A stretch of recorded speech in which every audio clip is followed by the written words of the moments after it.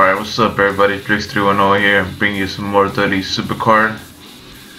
And for this episode, I'm going to be talking mainly about King of the Ring tips and People's Champion Challenge strategies on how to be more successful or improve on one of those modes. So let's get started with the King of the Ring first. Some tips for King of the Ring, I would say, let's first go to manage superstars. As you guys can take a look at my cards. As you see here, I use one of my 5 strongest cards. And for bench, I use one of the 5 common strategies, which makes it way more easier on like facing opponents. You won't meet as much strong opponents that have a full legendary pro, even though sometimes you would. Or people like to run this kind of strategy where they'll just use their strong 3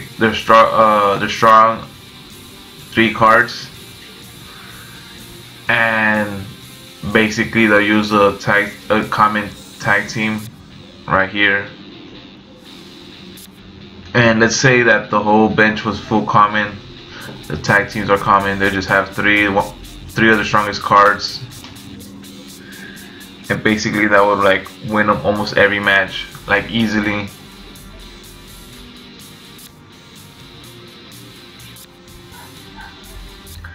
And another tip I like to bring is always try to get energies when you're facing the top guys. Like say I would use back my energies when I'm facing this guy Shadow here, because he has an amount of wins. And if I beat him, I for sure could take another win and make him drop down in the standings.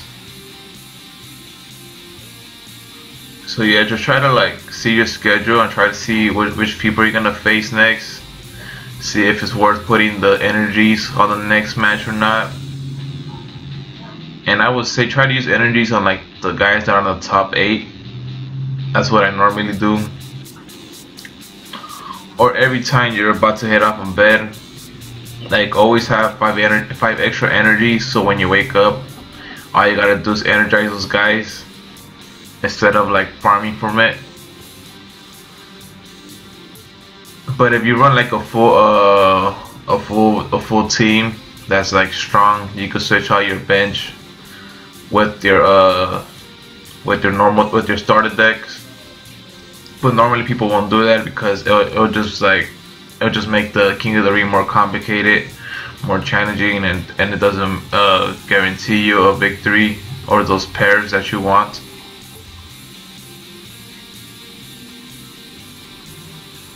And yeah, and if you're always in trouble, let's see, and if you think you don't have no chance against beating the guy in first place, try to maintain 2nd place or 7th, because you will be facing him until the finals, and it's all about getting to the finals, getting those pairs.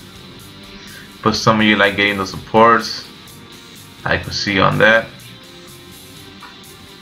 And I'm currently 3rd place. I haven't played much. I only energized my guys once yesterday.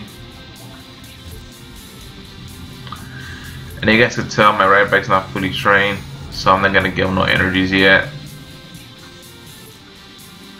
So let's get on with the People's Challenge strategies. So from my experience from all 3 People's Champions Challenge, I could say it's pretty much hard to get to the top 5. If your intention is to hit the top 5, you're gonna have to get prepared to spend over $300 and play almost like 10 hours a day to get those kind of points, in which they'll be calculated. I think you have to get over 35,000 points to get to the top 5. But it seems like every challenge has increased, because last challenge was 38,000 points to 40,000 points to hit the top 5. That's kind of insane there. So that's like a little bit over $300 spent with 10 hours of gameplay every day from those 4 days. And if you want to get to the top 25, you're gonna want to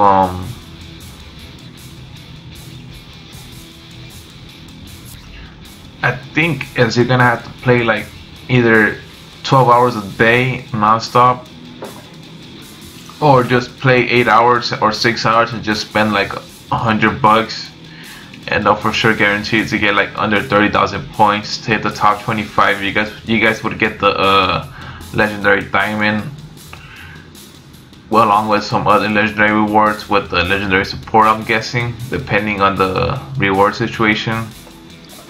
And for those of you try to hit top 60, no wait, is it top 65? It is. You have to like pretty much, to get the top 65, you don't really have to spend any money, because I got in there without spending any money. You just have to grind like 10 hours a day most of the time. Make sure you win all those matches, and I'm gonna show you guys some strategy that's been used since the first People's Champion event.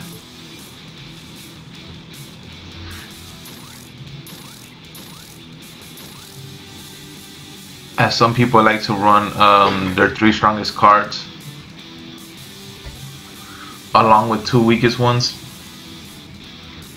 just like this one, if this is able to recover back.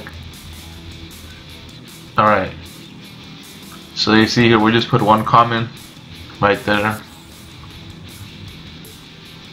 Some people tend to use this where they'll have a common diva, a common superstar, and one of the 3 strongest cards. This is what I kind of did the last People's Champion event,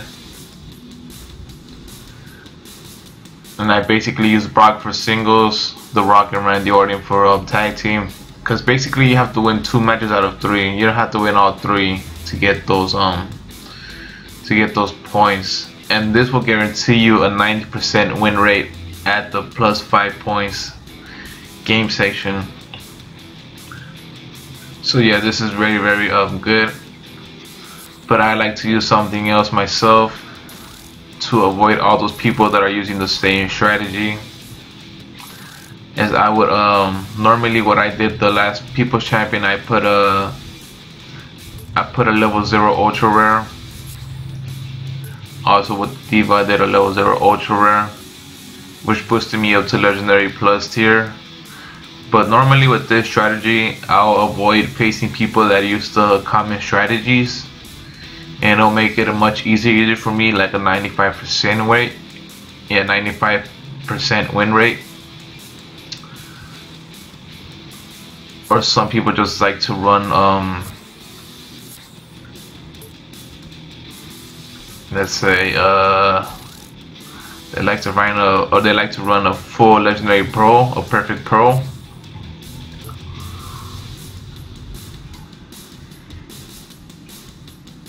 With like a legendary perfect pro, but that's not fully trained yet.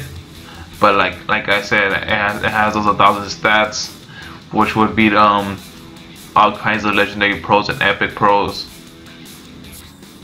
And some people will go with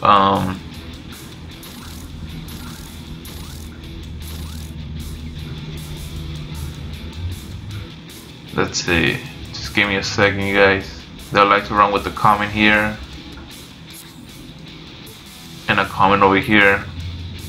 So basically what to do is let's say our right back was a left arrow like Kofi Kingston here.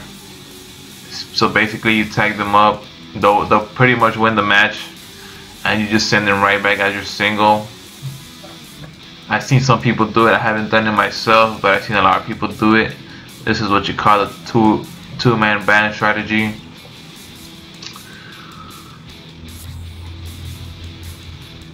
And yeah, some people would like to use a full legendary pro team, but I myself use the diamond legendaries, because they're like the strongest from below the legendary pros. They could be mostly every epic pro. So I think for the next People's Champion strategy, I mean the next People's Champion challenge, which I heard might be next week, who knows, but I might go with their strategy. with the 2 ultra rares. And yeah, as I was saying, to get to the top 125 doesn't take that much grinding. It just takes like almost 8 hours a day to do, maybe 10 if you want to get. I'm not pretty sure how much the top 125 is. Maybe like around, I'd say over 12,000 points. And then simply off, the rest will be 125 to 850 if you guys want to secure that legendary diamond card or whatever it is, pay-per-view legendary card.